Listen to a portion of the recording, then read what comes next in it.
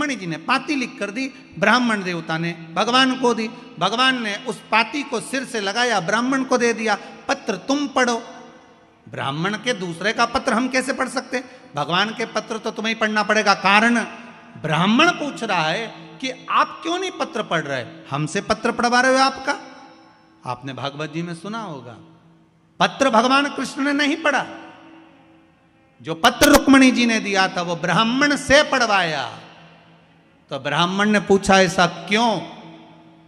भगवान कृष्ण ने दाऊ जी से कहा, दाऊ दादा, जिस समय पर ब्राह्मण मेरे राजभवन में आया उस समय मैं सिंहासन पर बैठा था, ब्राह्मण का अपमान हो गया, वो आया और मैं सिंहासन नहीं छोड़ पाया। ब्राह्मण का सम्मान तब होता है जब राजा भी सिंहासन से खड़ा हो जाए। आज अपमान हुआ है ब्राह्मण।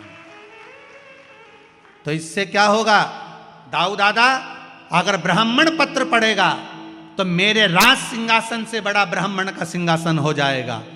इसलिए भगवान की कथा बाचने वाला ब्राह्मण जिस गादी पर बैठता है वो व्यास गादी कहलाती है, और व्यास गादी सारे सिंहासनों से बड़ी होती है। इसलिए भगवान ने पत्र पढ़वाया, पत्र तुम पढ़ो, ये पत्र तुम्हें पढ़ना चाहिए। ब्राह्मण ने पत्र पढ़ा, भगवान ने पत्र सुनते से ही कह दिया, रुक्मणी जी से जाकर कह दो तू श्रृंगार करके गोरा जी के मंदिर पहुंच जा, मैं तुझे लेने के लिए पहुंच जाऊंगा।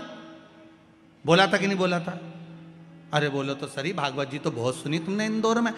शिव पुराण का तो हम नहीं कह सकते, पर भागवत का तो कह सकते हैं कि भगवान कह रहे हैं तू जगदम्बा के मंदिर पर श्रृंगार करके पहुंच जा, मैं तुझे लेने पहुंच जाऊंगा। भगवान ने केवल रुक्मणी जी से नहीं कहा था कि तुम जगदम्बा के मंदिर जाओ मैं तुम्हें लेने पहुंच जाऊंगा। भगवान हर भक्त से एक बात कहते हैं, तुम मेरे दरवाजे तक पहुंच जा, फिर मैं तुझे लेने के लिए पहुंच जाऊंगा। तुझे आना पहले मेरे द्वार तक पड़ेगा, पहले मेरे दरवाजे पर आना पड़ेगा, तब जाकर तू मुझे प्राप्त कर सकता। अब कहीं की यूं बोल दे कि भगवान ने ऐसा बोला था क्या कि श्रृंगार करके ओटला पे खड़ी रहीजिए हो, नहीं मैं तेरे को लेने आ जाऊंगा।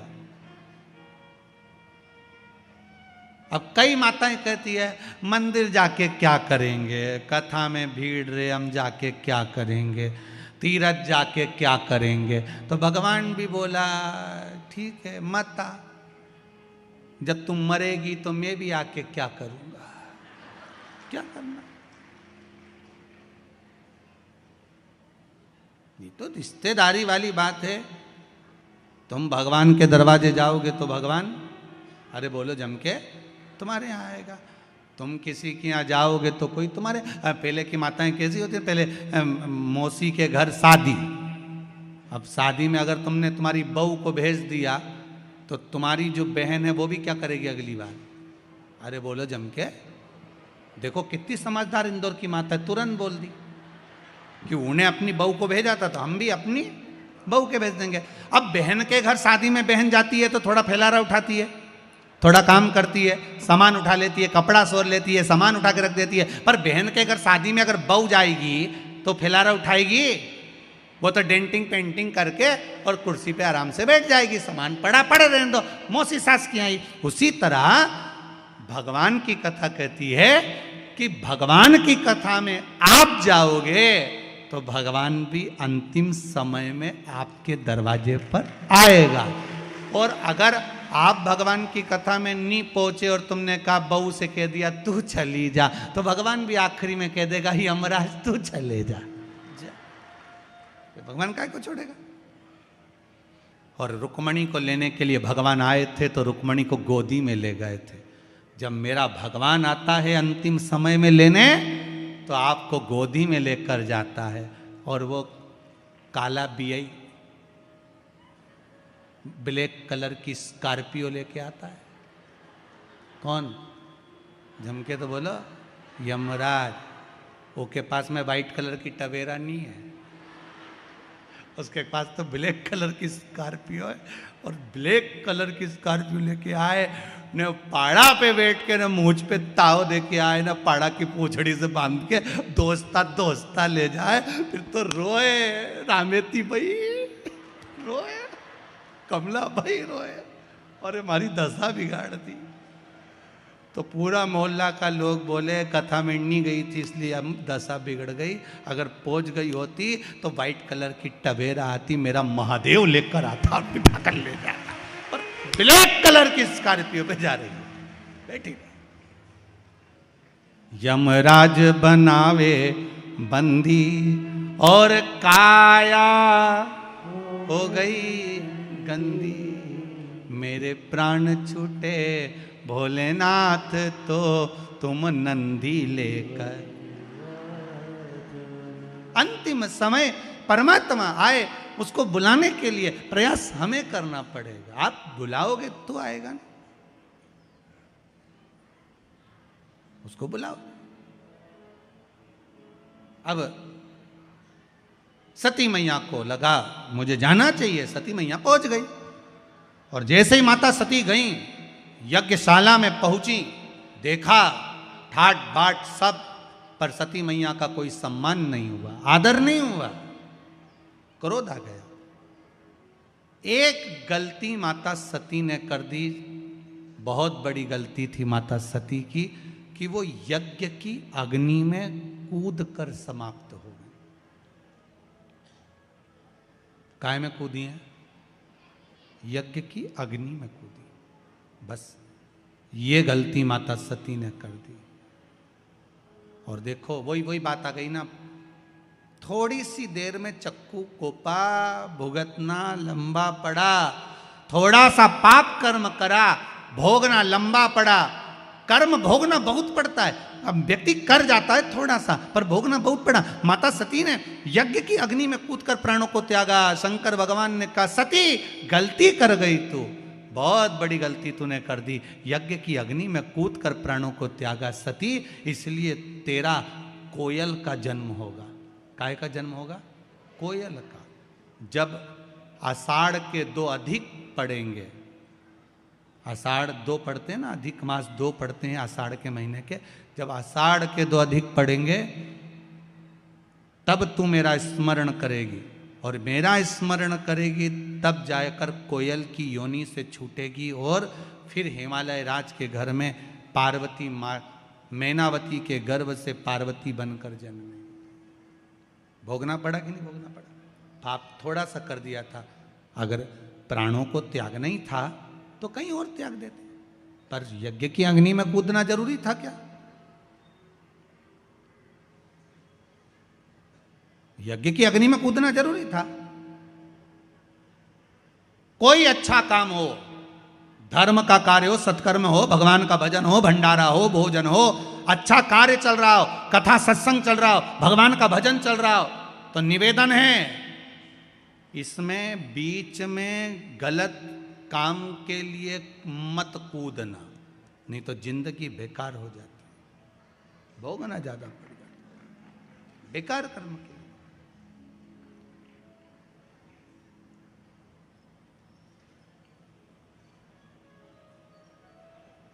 बाबा से बस एक निवेदन, हमारे कर्म हमें सुधारना। जब भाव शुद्ध हो तो क्यों ना मिले। 3 बजे कथा चालू हुई थी, ये जितने खड़े हैं आस पास इधर उधर, 3 बजे से कथा चालू हुई तो कम से कम 2:30 बजे से 2 बजे से खड़े होंगे। सही है कि गलत है? और बल्कि पहले से ही खड़े होंगे। जब से 6 बजे तक कथा जब तक चलेगी, 6 सवा 6 बजे तक, तब तक खड़े। इनकी तपस्या, इनका तप कहीं तो शिव देखेगा, कहीं तो शंकर देखेगा ना। इस व्यासपीठ से मैं आपको नमन करता हूं सभी श्रोताओं को, कि आपका जो भरोसा है ना शंकर के प्रति, आप यहाँ से जाते हो तो हर हर महादेव चिल्लाते चिल्लाते जाते हो, आते हो तो हर हर महादेव श्री शिवाय नमस्तुभ्यम बोलते हुए आते हो। कितना विश्वास होगा, कितना भरोसा होगा, कितनी दृढ़ता होगी। पूरे इंदौर में चर्चा है कि विश्वास शंकर के प्रति कितना जागा है, वो देखना है तो ये कनकेश्वरी ग्राउंड में देखिए। कीचड़ है चारों तरफ, पानी गिर रहा है। मेरा कैमरे वालों से निवेदन है, बाहर जितने लोग बैठे हो छाता खोल खोल के बैठे, पानी लगातार टपर टपर हो रहा है थोड़ी थोड़ी देर में। पर इनकी दृढ़ता देखिए आप, इनका विश्वास देखिए आप। कोई ने इनको कुछ दिया है? इनको देने वाला तो देवाधिदेव महादेव है, कोई दूसरा नहीं दे सकता। शंकर, जिस जमीन पर आप बैठे हो पूरी गीली है, ये बहन बैठी है ना, यहां से पानी दिस रहा था, बता रहे थे कि यहां से पानी बहकर जा रहा था, पर फिर भी आपका विश्वास बड़ी दृढ़ है, बड़ा दृढ़। इस विश्वास के बल पर शिव महापुराण की कथा है। और एक बात आपसे कहेंगे, इतने वर्षों में हमने एक चीज जरूर देखी है कि जिसने शंकर मेरा ओघड़ी है, वो बिना सोचे देता है। कभी उसने विचार ही नहीं करा कि मुझे इसको क्या देना है। ब्रह्मा जी कहते हैं इसके भाग्य में बहुत बहुत भोगना लिखा है। शंकर जी कहते हैं एक बार मेरे पास तो आ जाए, फाइल ही दबा दूंगा नीचे, निकलने ही नहीं दूंगा कि कितना भोगना लिखा। तू आ तो सही। ब्रह्मा जी बोल रहे हैं आप फाइल पढ़ो, शंकर जी के फाइल आए तो ब्रह्मा जी बोले मैं आपके पास कभी आने ही नहीं दूंगा। कई लोग ऐसे हैं सारी दुनिया में माथा टेकते हैं, सबके सामने जाके रोते हैं, सबके सामने हाथ फैला लेते हैं, पर शंकर पर भरोसा नहीं कर पाते। शिव जी कहते हैं एक बार मेरे पास आ जा, कितनी भी बेकार फाइल हो, सामने अन्य दूंगा, नीचे ऐसी अलमारी में पटकूंगा कि आएगी नहीं।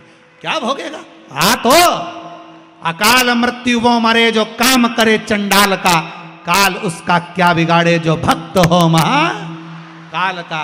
शंकर के उपासक हो तो फिर भय काहे का? क्यों भय खाना?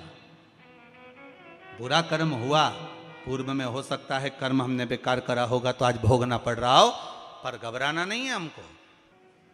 क्या करेगा यम?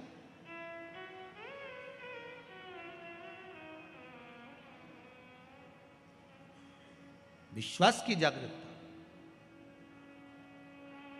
और जब विश्वास पूर्ण तरह से प्रबल हो जाए तो भगवान भी खड़ा रहता है। महाराज शिव महापुराण की कथा कह रही है, सती आप कोयल का जन्म लोगे। आंखों से अश्रु थे,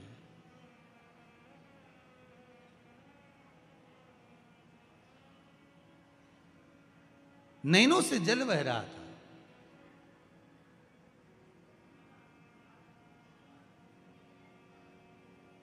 लोग कहते हैं पति के जाने के बाद पत्नी की दशा बेकार हो जाती है, वेधव्य हो जाती है, तो दशा बिगड़ जाती है। पर शिव महापुराण की कथा कहती है सती के जाने के बाद शिव भी मौन हो जाते हैं,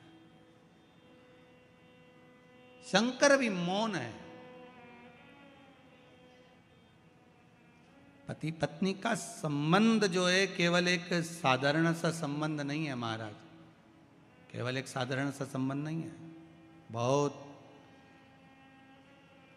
वो अपने माता पिता को छोड़कर, परिवार छोड़कर आपके लिए आपके घर पर आई है, उसका भी आदर पूर्ण होना चाहिए। एक व्हाट्सएप पे एक मैसेज पड़ा था, कोई ने लिखकर डाला होगा, तो उसमें लिखा हुआ था कि अपनी पत्नी का सम्मान करो। जो एक जोड़ कपड़ा पसंद करने में पूरी दुकान उठा पटक कर देती है, उसने तुम्हें पसंद करा है।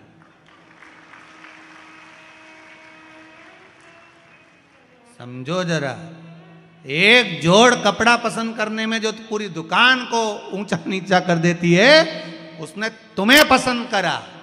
ये उसका सम्मान होना चाहिए कि देखो तुम जैसे के भी पसंद कर लिया, नहीं तो ये भेरू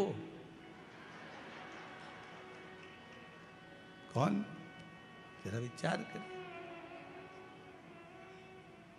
सती चली गई मां, शिव नेत्र से जल बहा, खूब क्रोध आया, केश तोड़कर रुद्रगण उत्पन्न करा, यज्ञशाला विध्वंस हो गई, अग्नि में दक्ष प्रजापति का सिर गिर गया। बाद में देवताओं ने स्तुति करी तो बकरे का मुख भी लगा दिया, यज्ञ पूरा करवाया। उधर पितरों की 3 बेटियां थीं, मैना, धन्या और कला, जो पितृलोक में निवास कर रही हैं। सारे देवताओं के लोक से भी ज्यादा सुंदर होता है पितृलोक, जहां पर पितृ रहते हैं। बहुत सुंदर लोक है।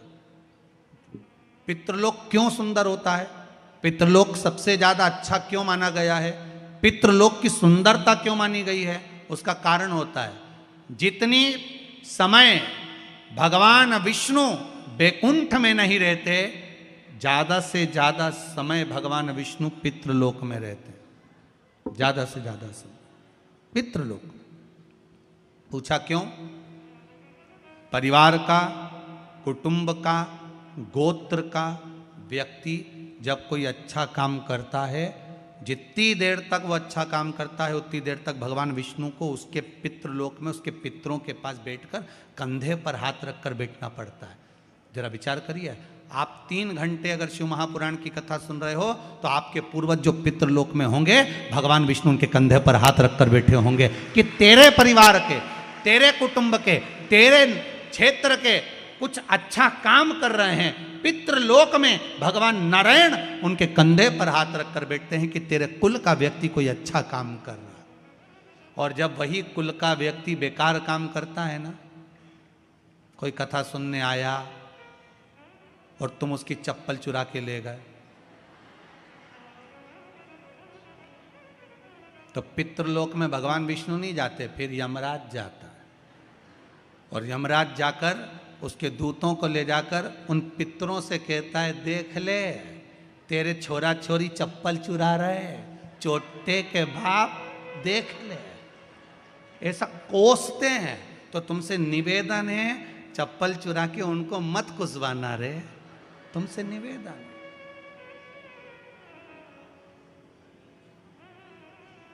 गंगा नहाने जाओ ना हरिद्वार में, तो वहां पे लोग भगवान का भजन करने जाते हैं, और कई कई लोग ऐसे आते हैं कि इनने कपड़ा उतारा, बेग धरा, ये करे गंगे हर, हम इनसे करें नंगे हर।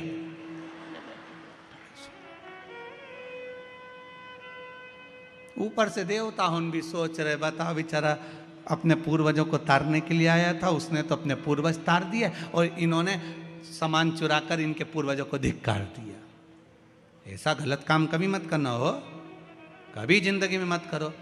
ये होता है कई बार। एक बार एक जगह कथा करने गया, एक माताजी की चप्पल कोई चुरा के ले गया। माताजी बड़ी रोती रोती आई और बहुत गुस्से में आके बोली, गुरुजी बताओ हमारी तो कोई चप्पल ले गया। तो हमने कहा अच्छा है, तुम्हारा काल था, कोई उठा के ले गया, टेंशन खत्म। फिर तुमने क्या करा? हम दूसरे की ले गए। हमने कहा बहुत अच्छी बात है, जाओ तुम जाओ। होता है कई बार लोगों की दशा।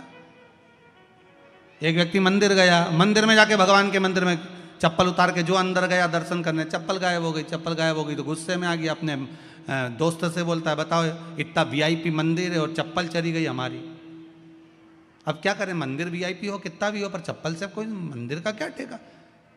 तो रुक, मैं अब भी आता हूं। कहां जा रहा है? जरा भगवान से जाकर झगड़ा करके आता हूं कि तुम्हारे मंदिर से हमारी चप्पल गई। वो अंदर गया, जैसे ही अंदर गया वापस बाहर आ गया। दोस्त ने पूछा कुछ बोला क्यों नहीं? तो कि भगवान की तो कोई खुद ले गया, वो तो नंगे पैर खड़े थे। मंदिर में जो मूर्ति होती है कौन सी चप्पल पहनी हुई होती है? भगवान मूर्ति के रूप में प्रेरणा देते कि हमारे मंदिर में आओ तो चप्पल पहन के मत आओ, हमारी तो खुद नहीं है।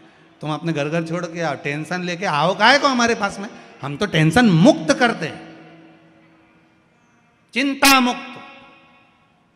चिंतन करो शिव का, भजन करो भगवान। मैना, धन्या, कला पितृलोक में रह रही थी। सनकादि ऋषियों का आगमन था। सनत कुमार बैठकर तप कर रहे थे, साधना कर रहे थे। तीनों की तीनों निकल कर जा रही थी। इनके लहंगे में कुछ झामर झुमके लगे हुए थे, कुछ रतन लगे हुए थे। वो रतन लगे हुए जब निकल कर जा रहे थे, वो रतन लगा हुआ जो लहंगा था वो सनत कुमार की जंघा से लग गया। जंघा से लगा, खरोच पड़ गई। खरोच पड़ी, इतने में सनत कुमार को क्रोध आ गया। मैना धन्या कला, तुम तीनों संतों का अपमान करी हो, हम तुम्हें श्राप देते हैं कि तुम पितृलोक छोड़कर मृत्युलोक में जाओ। तुम्हें पितृलोक छोड़कर मृत्युलोक में जाना पड़ेगा। तीनों रोने लगी, हमें मृत्युलोक में मत भेजिए, क्योंकि पितृलोक से सुंदर जगह नहीं जहां भगवान विष्णु दिन रात रहते हैं। क्यों भेज रहे?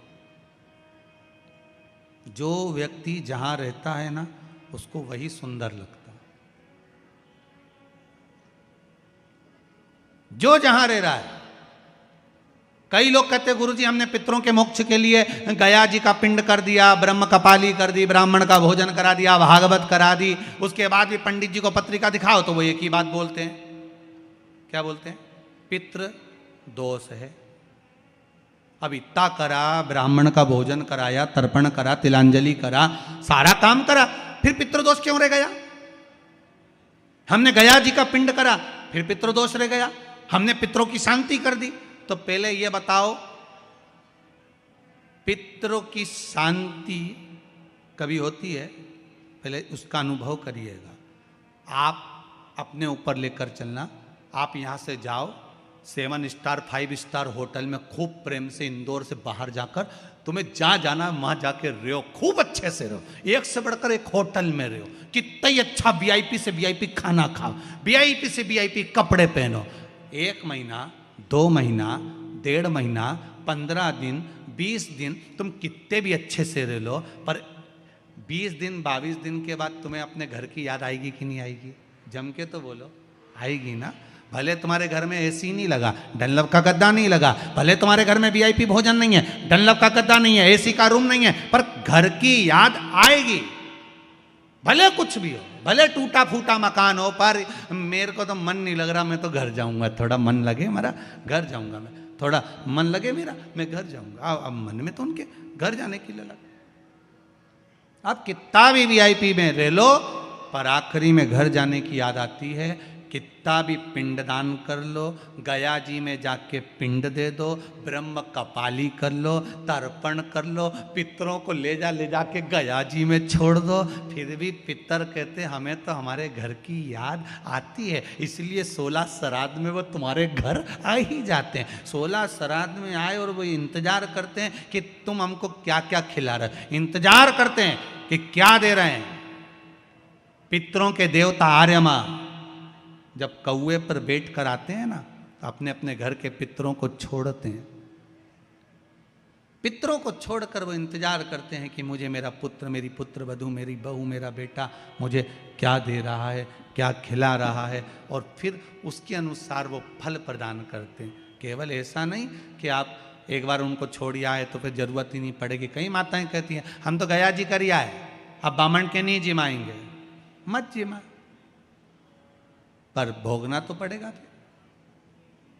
पितर आते हैं, जैसे आप कहीं पर भी जाकर रह लो, आपको आपकी घर की याद आएगी। 1 महीने में, 2 महीने में, 15 दिन में, 20 दिन में याद आती है। उसी तरह पितरों को कहीं पर भी रह ले, एक बार साल भर में एक बार आपके दरवाजे पर जरूर आते हैं। उसको भाग देना चाहिए, उनको भाग प्रदान करो। बोलेंगे महाराज मैना धन्या कला रोने लगी, हमको क्षमा कर दो। सनत कुमारों ने कहा हम आपको वर प्रदान करते हैं, आशीर्वाद देते हैं, हम आपको वर देते हैं। मैना धन्या कला, आप तीनों मृत्युलोक में जाओगी, और मृत्युलोक में जाकर आपके यहाँ पर 3 देवियाँ आप तीनों के गर्भ से प्रकट होंगी। 3 देवियाँ, 3 देवियाँ आप तीनों के गर्भ से प्रकट होंगी। मैना के गोद में पार्वती जी आई, धन्या सुनैना बनी जिनकी गोद में सीता जी आई, कला कीर्ति बनी जिनकी गोद में राधा जी आई।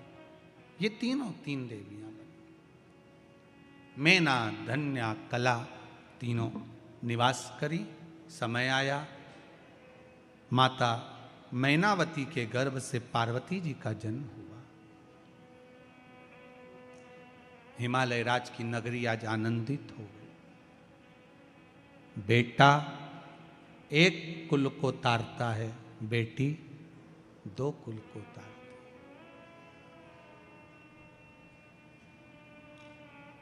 एक बार बेटा अपने माँ बाप को दुखी देख सकता है, पर बेटी कभी अपने माता पिता को दुखी नहीं देख सकती। वो बेटी हो नहीं देख सकती। मेरा एक निवेदन सबसे रहा है, पहले से भी करना, आज भी करता हूं। मां अहिल्या शिव महापुराण की कथा चल रही है, इसमें एक निवेदन करूंगा।